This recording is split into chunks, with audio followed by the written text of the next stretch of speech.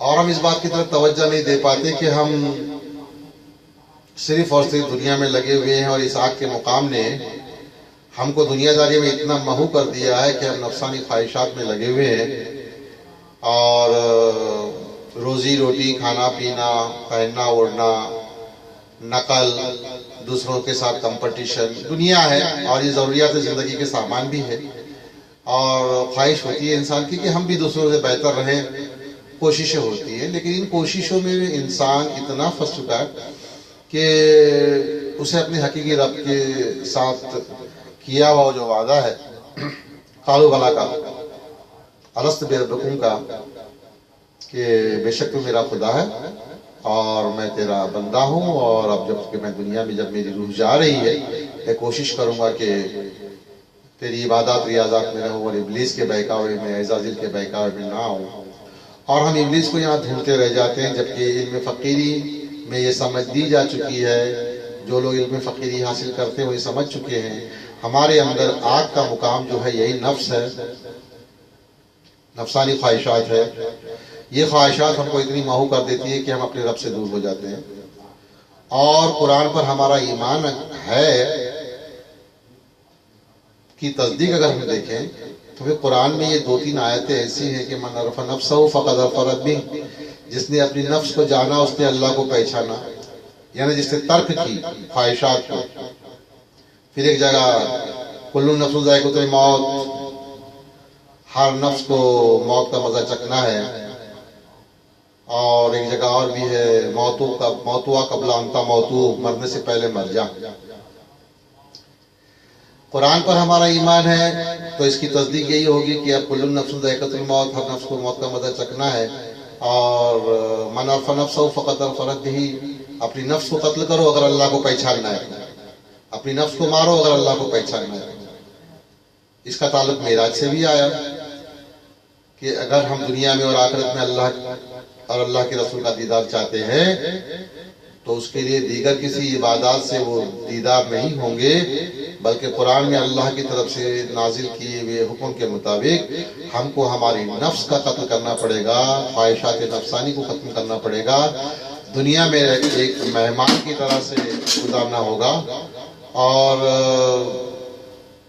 50 60 70 سال جو زندگی ہماری ہے عبادات ریاضات کے ساتھ، حمد و ثنا کے ساتھ، تمام نیکیاں کرتے ہوئے، تمام برائیوں سے بچتے ہوئے، تمام خواہشات نفسانی سے بچتے ہوئے اس دنیا سے ہم کو لوٹنا ہوگا تاکہ ہمارا رب ہم سے راضی ہو۔ اب لوگ یہ پوچھیں گے خواہش نفسانی کیا ہے، یہ کیسے آتی ہے، کیسے پیدا ہوتی ہے، کیسے ختم کرنا؟ یہ سمپل سی چیز ہے کہ ہر وہ چیز جو ہم کو دنیا کی طرف کھینچے وہ نفسانی خواہش ہے۔ انسان کے جسم میں دل ہی ایک ایسا مقام ہے جو انسان کو غلط حکم نہیں دے سکتا، اس لیے فقراء کہتے ہیں کہ اپنے دل کی بات سن کر چلو،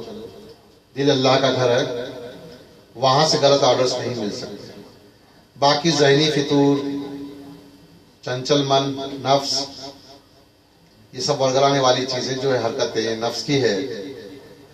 اور ابلیس اسی نفس پر حاوی ہوتا ہے، اور ہم محو ہو جاتے ہیں دنیا داری میں اور پوری طرح سے نفسانی خواہشات میں ہوتے ہیں۔ تو معلوم پڑا کہ قرآن میں کی اس آیت پر سے ہماری تصدیق ہٹ گئی، پہلا نقصان۔ دوسرا نقصان یہ کہ وہ بات پوری نہیں ہو پائے گی ہمارے لیے جو اللہ نے قرآن میں فرمائی، کیونکہ ہم نے نفس کا تزکیہ نہیں کیا تو اللہ کے دیدار نہیں ہوں گے، کیونکہ قرآن خود فرماتا ہے من عرف نفسہ فقد عرف ربہ، جس نے اپنی نفس کو جانا اس نے اللہ کو پہچانا۔ اب اتنے بڑی آزمائش میں، امتحان میں کون اترنا چاہے گا؟ کس کو پڑی ہے کہ جو ملا واہ واہ، نہیں ملا واہ واہ، ہم تو دنیا میں ایسے رہ کے چلے جائیں گے کہ نفسانی خواہشات میں نہ الجھ پائیں۔ ہم نے اللہ سے وعدہ کیا ہے تاکہ ہمارا رب ہم کو دیدار دے۔ جسم میں 45 پیٹ میں 45 میٹر کی اتڑی ہر 4 گھنٹے میں رزق مانگتی ہے۔ زبان کی لذت، آنکھوں کی لذت، کان کی لذت، ہاتھوں کی لذت، پیروں کی لذت، ذہن کی لذت، یہ سارے لوازمات ہمارا جسم مانگتا ہے، اور اتنی بڑی ٹکر اپنے آپ سے لینا اللہ کی رضا کے واسطے کہ اگر ہم اللہ کو دیکھنا چاہتے ہیں دنیا یا آخرت میں تو ہماری ان خواہشات کو ہم ختم کریں. تو لوگوں کی عقل حیران ہو جاتی ہے اور عموماً یہ ہوتا ہے کہ لوگ اس طرف توجہ دیتے ہی نہیں، اور اگر دیتے بھی ہیں کوشش بھی کرتے ہیں تو بڑے لوہے کے چنے ہوتے ہیں، ہزاروں میں لاکھوں میں شاید ہی کوئی کامیاب ہوتا ہے. لیکن ہم کو اس سے پیچھے نہیں ہٹنا چاہیے، کوششیں کرنی چاہیے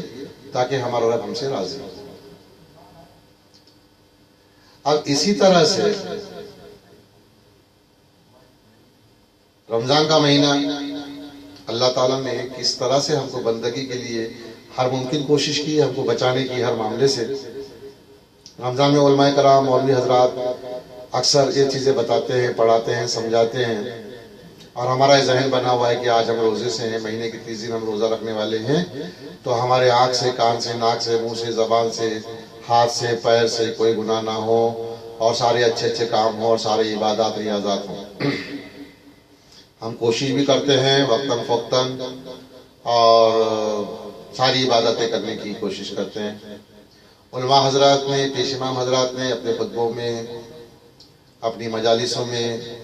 اس بات کو سمجھا دیا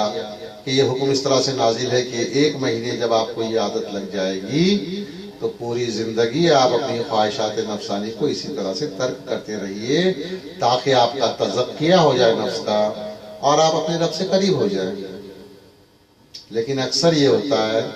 کہ 99% لوگوں میں یہ بات نہیں آ پاتی. ہم بڑی جد و جہد کے ساتھ ایک مہینہ گزارنے کی کوشش کرتے ہیں،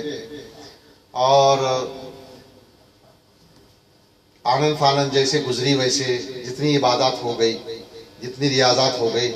کوششیں ہوتی ہے، اور اللہ اللہ کر کے ہم مہینہ گزار لیتے ہیں. اور بعض تو ایسی پناہ بھی مانگتے ہوں گے کہ ہوتا ہے نفس کا تزکیہ کہ پتہ نہیں رمضان کب ختم ہو تاکہ ہم پھر دنیاوی لوازمات کی طرف لگ جائیں وغیرہ وغیرہ. بہر خیر انسان ہے، آگ پانی مٹی ہوا نفس ہاتھ میں لگی ہے، اور یہ چیزیں انسان کے ذہن میں دل میں پیدا ہونا کوئی نئی بات نہیں. لیکن مسئلہ یہی ہے کہ رمضان کے مہینے میں روزہ رکھنے کے ساتھ ہم کو حکم یہ دیا گیا ہے کہ اب عادت ڈالو کہ سال بھر گویا کہ زندگی بھر نفس کا تزکیہ کرو. ہم اس تزکیے پہ نہیں ہیں، ہم نفس کو قتل نہیں کر رہے ہیں. تو وہاں وہ جو ہم پہلی آیت پڑھتے ہیں نیت باندھنے سے پہلے، میں نے اپنا رخ اے رب میرے تیری طرف کر لیا، اس کے مفہوم ختم ہو جاتے ہیں.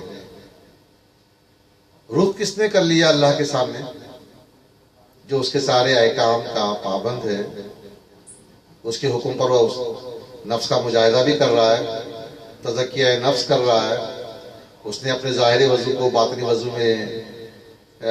شامل کر لیا، اس کا ظاہرہ اور باطنہ ہمیشہ ہمیش کے لیے پاک ہو گیا. اس نے سورہ توبہ کے مصداق، سورہ فتح کے مصداق صدق دل سے توبہ کر لیا اور آئندہ غلطی نہ کرنے کا ارادہ کر کے پاک ہو گیا ظاہری اور باطنی طور سے. نہ اس کی نگاہیں غلط دیکھ رہی ہے، نہ اس کا ذہن غلط سوچ رہا ہے، نہ اس کا کان برا سن رہا ہے، نہ اس کے دلوں میں برے وسوسے آ رہے ہیں، نہ اس کے ہاتھ برے کر رہے ہیں، نہ پیروں سے بری جگہ جا رہا ہے. اور اس نے وہ ساری ہدایتیں قبول فرما لی. اور مثال کے طور ایک چھوٹی سی اور بات، آیت الذی یکذب بالدین فذلک الذی یدعو الیتیم ولا طعام المسکین. جو لوگ دروازے سے بھکاری کو جھٹکاتے ہیں، یتیموں کا مال لوٹ کر کھاتے ہیں، پڑوسیوں کو بھوک پیاس میں نہیں پوچھتے، اللہ فرماتا ہے ہم ان کی نماز قبول نہیں فرماتے. اب اس کی زبانی ہم پڑھ رہے ہیں، ہر نماز میں پڑھ رہے ہیں، ترجمہ بھی زبانی پڑھ رہے ہیں. اس کی دل کی تصدیق ہوگی کہ جب ہم اپنے پڑوسیوں کو بھوک پیاس میں پوچھیں گے، فقیروں کو دروازے سے دیے بغیر نہیں بھیجیں گے، یتیم مسکین کا مال لوٹ کر نہیں کھائیں گے، تب وہ عبادت پوری ہوگی.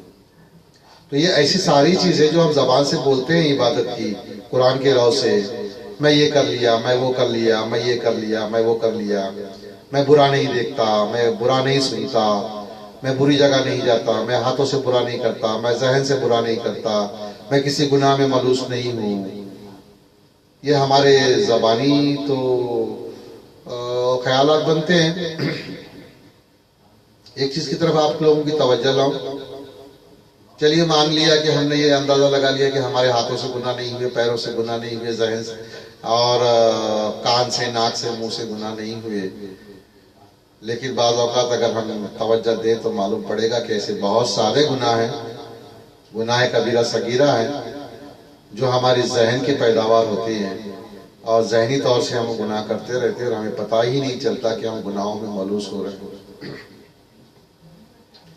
تمام حسد،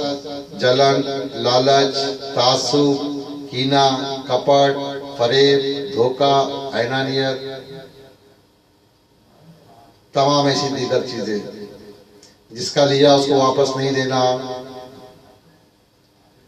لوگوں پہ رحم نہیں کرنا، لوگوں پہ ظلم کرنا اور دوسروں کو دیکھ کر کے ہائے ہائے کرنا، یہ ساری چیزیں جو ہے ذہن سے پیدا ہوتی ہے اور ذہنی طور سے ہم گناہوں میں ملوث رہتے ہیں اور ہمیں پتہ بھی نہیں چلتا کہ گناہوں کا بھنڈار بنتا جا رہا ہے. تو بتائیے ایسی حالت میں جو شخص ہوگا اگر وہ نماز سے پہلے یہ کہتا ہے کہ انی وجہت وجہی للذی فاطر السماوات والارض، اے اللہ میں نے اپنا رخ تیرے طرف کر لیا، تو اس آیت کا مفہوم ہی غلط ہو رہا ہے. اس نے اللہ کی طرف منہ کیا کہاں؟ یہ تو ظاہرہ طور سے دکھائی میں آ رہا ہے کہ وضو کر کے آیا مسجد میں، پیش امام کے پیچھے ہے اور اس کا یہ یقین ہے کہ پیش امام نے بھی اپنا رخ کعبۃ اللہ کی طرف کر لیا ہے جو خدا کا گھر ہے، اور میں بھی پیش امام کے پیچھے ہوں تو میں نے بھی اپنا رخ کعبۃ اللہ کی طرف کر لیا ہے. وہ آیت آپ سے مانگ کیا رہی ہے، حکم کیا ثابت کر رہی ہے؟ کہ اس طرح سے رخ کو کیا جائے کہ دامے درمے سکھنے قدمے امت محمدی ہونے کے ناطے ہم سرکار دو عالم صلی اللہ علیہ وسلم، پنجتن پاک، صحابی، علماء کرام، اولیاء کرام، فقراء کرام کے نقش قدم پر ہوں، سیرت محمدی کا آئینہ ہو اور ہم میں وہ تمام اچھائیاں موجود ہوں جو پیغمبر میں صلی اللہ علیہ وسلم میں موجود رہیں، بعد میں صحابیوں میں، اولیاءوں میں اور علماءوں میں موجود رہی. وہ ساری تعریفیں ہم میں ہیں اور جن گناہوں سے، گناہ کبیرہ صغیرہ سے سرکار دو عالم، صحابی، علماء اور فقراء، اولیاء بچے رہے. اس طرح سے اگر ہم نے اپنے آپ کو بچایا ہے، تب اس کے بعد اگر ہم یہ کہتے ہیں کہ انی وجہت وجہی للذی فاطر السماوات والارض، اے اللہ میں نے اپنا رخ تیری طرف، تیرے منہ کی طرف، تیرے رخ کی طرف کر لیا، تب جا کر کے اس کا مفہوم صحیح ہوگا. اسی کو کہتے ہیں تصدیق. اور اسی بات پر فقراء بولتے ہیں کہ تصدیق کے بغیر اگر کوئی کام ہوتی ہے تو عبادات رائے گاں ہو جاتی ہے. نماز پڑھنے کے لیے اس میں کوئی شک نہیں ہے کہ ابتدائی دور میں کوئی انسان پڑھا لکھا ہے، دین کا علم ہے، سنگت صحبت ملی ہے تو عبادات ریاضات کرے گا، مسجدوں میں پیش امام کے پیچھے خود بھی پڑھ لے گا، پیش امام کے پیچھے بھی پڑھ لے گا. لیکن ایک جاہل مسلمان ہوگا تو کیا کرے گا؟ اور یہ بھی بات ہے کہ مسجدیں ابتدائی مدرسے ہیں. بچے جب ہمارے بالغ العمر میں آتے ہیں تو شروع کی قرات اور قرآن کی تلاوت، قرآن کا سیکھنا، قرآن کے ہجے، قرآن کے مفہوم، یہ ساری چیزیں سیکھنے کے لیے مولویوں کے پاس پہنچنا ہوتا ہے. وہاں سے درس و تربیت ہوتی ہے کہ اب 7 سال کی عمر سے نمازیں جاری ہو، تو مسجدوں میں 7 سال کی عمر سے ہمارے قوم کے بچے جانا شروع کرتے ہیں اور پیش امام کے پیچھے نمازیں پڑھنے لگتے ہیں. پھر رفتہ رفتہ جو جیسا علم حاصل کرتا ہے، جس کو جتنے علم حاصل ہوتے ہیں تو پھر وہ خود مختار بھی ہو جاتے ہیں، تو اپنی نماز خود پڑھنے کے لائق بھی ہو جاتے ہیں. اور جو علم نہیں حاصل کر پاتے پڑھنے لکھنے والا، تو وہ پھر پیش امام کے پیچھے رہ کر کے اپنی عبادات ریاضات کو کر لیتے ہیں. تو اس میں جو لوگ پڑھے لکھے نہیں ہیں ان کے لیے سمجھنے کی باتیں ان میں بہت تکلیف ہوتی ہے. جو علماء ہیں، عالم فاضل ہیں، شعور والے ہیں، علم سمجھ کر کے عبادت کر رہے ہیں تو الحمدللہ ان کی تو عبادت قبول ہو رہی.